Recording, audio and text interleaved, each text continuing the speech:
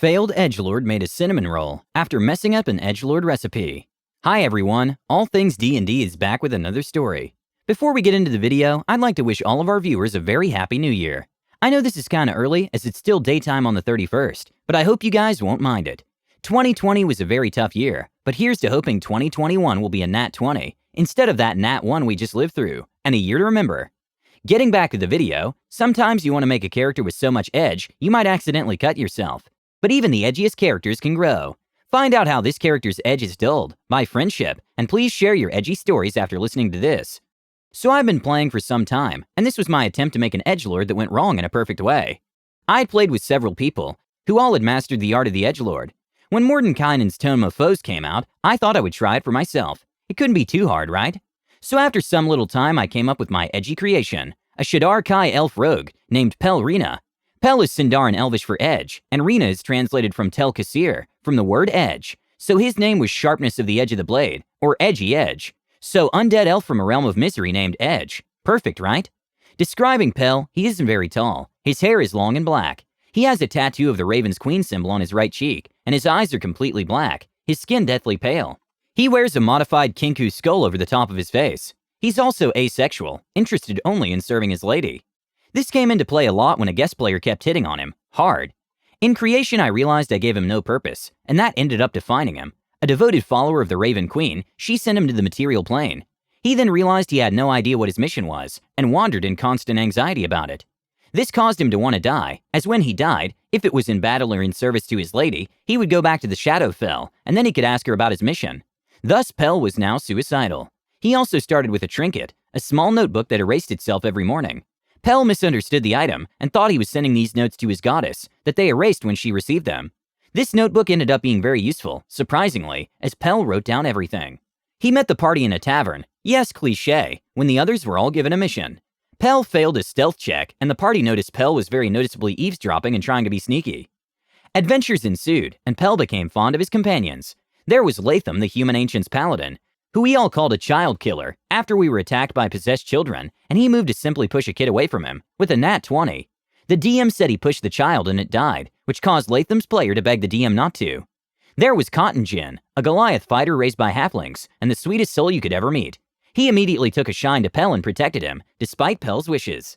There were other players that came and went, but these two became Pel's trusted friends. And Pel got an awkward party reputation for a lot of nats. Nat 1s on things to look cool, and nat 20 when it came to stupid stuff or death saves. So Pel was a comedic element of the group, failing in ways that never hindered the party, but provided laughs. He fell face first into the snow, fell off roofs, failed to intimidate or even talk to people due to his -1 charisma.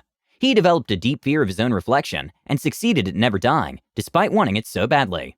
The three ended up owning a bar together, which we call Ever Eastward, a joke between the party and DM about how we always went east. Cotton Gin brought his halfling parents who cooked. Cotton Gin himself did the paperwork and management.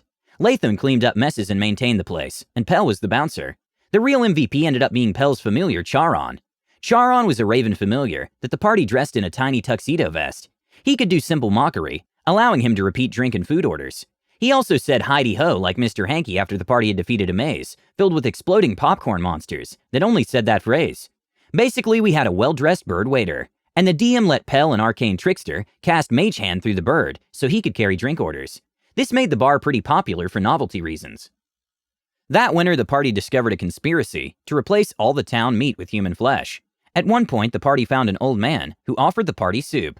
After Pel made an insight check, he realized the soup was poisoned. So hopeful, Pel drank it, but nat 20'd his con save, my DM ruling that Pel took no damage. The party, however, saw the rogue drink the soup and be fine, so they all drank it. Almost killed them all. The old man wasn't hard to defeat, and the antidote easy to find. We discovered who he was working for and set off.